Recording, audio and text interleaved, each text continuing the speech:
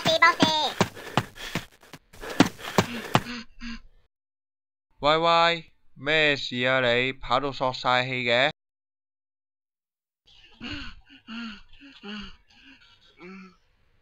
激死我啦！頭先我買嘢嗰陣啊，俾兩人夾埋嚟打我尖啊！好嬲啊，好嬲啊！喂喂，你俾人屈機啊？屈機？咩叫屈機啊，博士？我唔明喎。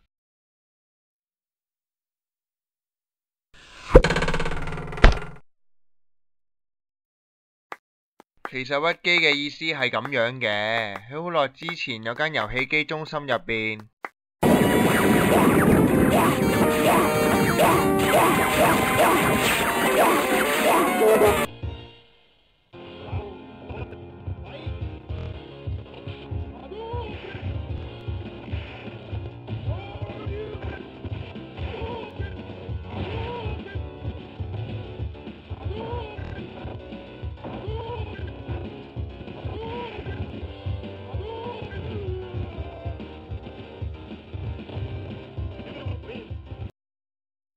屈咗機喎！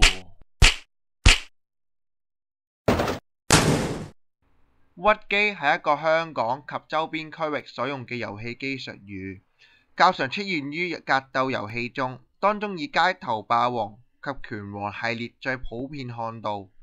主要嘅問題係其中一方嘅玩家可以不斷咁試出同一招技能，或者直接將對手推至牆角，再不斷用技能或者特殊攻擊去攻擊對手，結果對手或者電腦角色在沒法迴避同埋反擊嘅情況之下敗陣，此為屈機最常見嘅情況。我唔係話你錯啊，你明唔明啊？